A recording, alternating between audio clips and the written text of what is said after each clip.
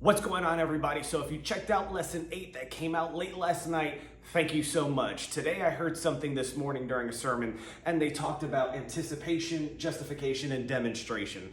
And one of the things I wanted to do with this is, well, build upon it, right? And tell you and show you exactly how it fits into other things when it comes to class, right? So anticipation, you're getting ready for something to happen, or you're trying to anticipate something that is going to happen, right?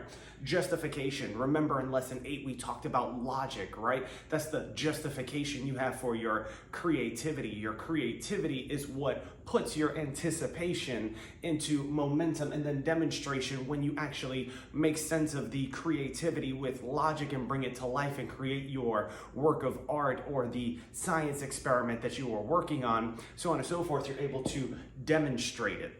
Now, one of the great things about this is, and if you recall lesson 8, especially at the end, I talked about the infinity symbol and things like that, kind of like what goes around comes around, as well as, well, it works forwards and backwards, right? So if it goes forward, then it comes back, so on and so forth. And what I love about this is that this also too works forwards and backwards, because after you have the anticipation, you have the justification, you get the demonstration.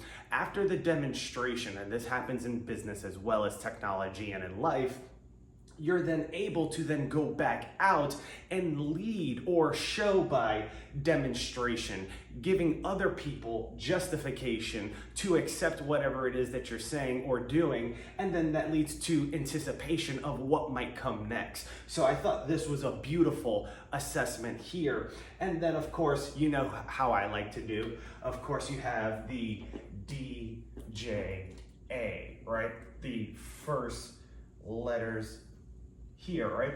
So DJA. Well, what is DJA? Well, if you know me, so on and so forth, here's something fun.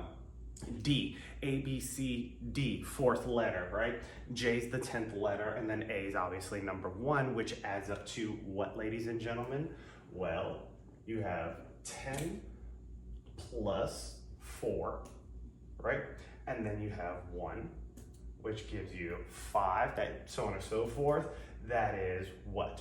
15, which comes out to 6. So I thought it was awesome that I heard this in a sermon today. I thought it was great that it also works forwards and backwards because, well, if you remember lesson 6, how to connect with and see the invisible, in lesson 8, when I talk about the universe, or in other lessons when I talk about being a direct reflection of the universe, so many of us rely on the internet, telescopes, and other pieces of technology to see things. But do you actually see what's invisible to you?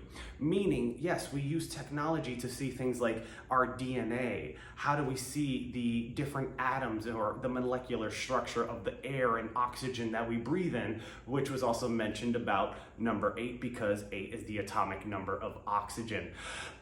Breathing is exactly what you need to do in order to stay alive and move forward, so on and so forth. And breathing is something that, well, is not only subconscious, but it remains invisible as far as an action that you have to consciously take all the time. But it happens every single time. You breathe in, you breathe out, so on and so forth.